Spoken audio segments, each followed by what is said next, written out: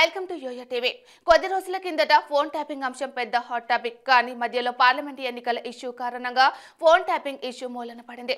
తాజాగా BRS MLA పాడి కౌశిక్ రెడ్డి ఈ అంశాన్ని మరోసారి తెరమీదకి తీసుకువచ్చారు. తన ఫోన్ ను రాష్ట్ర ప్రభుత్వం ట్యాప్ చేస్తుందని, కరీంనగర్ సిపి ఫోన్ కూడా ట్యాప్ చేస్తున్నారని ఆరోపించారు. కౌశిక్ రెడ్డి ఫోన్ ను ప్రభుత్వం ట్యాపింగ్ చేస్తుందా లేదా అన్నది పక్కన పెడితే ఆయన లేవనెత్తిన ఈ అంశం బీఆర్ఎస్ ను ఇరుకున పెట్టేలా ఉందన్న అభిప్రాయం వినిపిస్తుంది. బీఆర్ఎస్ హయాంలో ప్రతిపక్ష పార్టీలకు చెందిన కీలక నేతలు, జర్నలిస్టుల ఫోన్లను ట్యాప్ చేసినట్లు ఆరోపణలు ఉన్నాయి. ఈ కేసులో ఎస్ఐబి మాజీ చీఫ్ ప్రభాకర్ రావుతో పాటు మాజీ డీఎస్పీ ప్రణీత్ రావు, రాధాకిషన్ రావు, పలువురు అధికారులపై కేసులు నమోదయ్యాయి. అయితే ఇదంతా బీఆర్ఎస్ బాస్ ఆదేశాల మేరకు చేసినట్లుగా రాధాకిషన్ రావు చెప్పినట్లుగా ప్రచారం జరిగింది.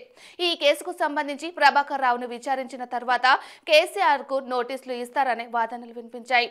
అనారోగ్య కారణాలను సాకుగా చూపిస్తూ అమెరికాలో ఉంటున్న ప్రభాకర్ రావు మరికొద్ది రోజుల్లోనే స్వదేశానికి రానున్నారని అంటున్నారు. ఈ నేపథ్యంలోనే కేటీఆర్ అమెరికా వెళ్లడంపై కాంగ్రెస్ తీవ్ర ఆరోపణలు చేసింది.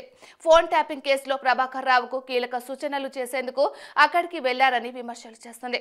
ఈ రాజకీయ విమర్శలు కొనసాగుతుండగా పాడి కౌశిక్ రెడ్డి ఫోన్ ట్యాపింగ్ అంటూ రాగమెత్తుతుండటంతో ఈ విషయంపై కన్నా ప్రభాకర్ రావును కలిసేందుకే కేటీఆర్ అమెరికా వెళ్లారన్న ప్రచారమే ఎక్కువగా జరుగుతుంది.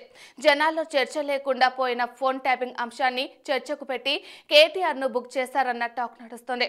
ఇది ఎంతవరకు నిజమనేది తెలియాలంటే కొద్ది రోజులు వెయిట్ చేయాల్సిందే.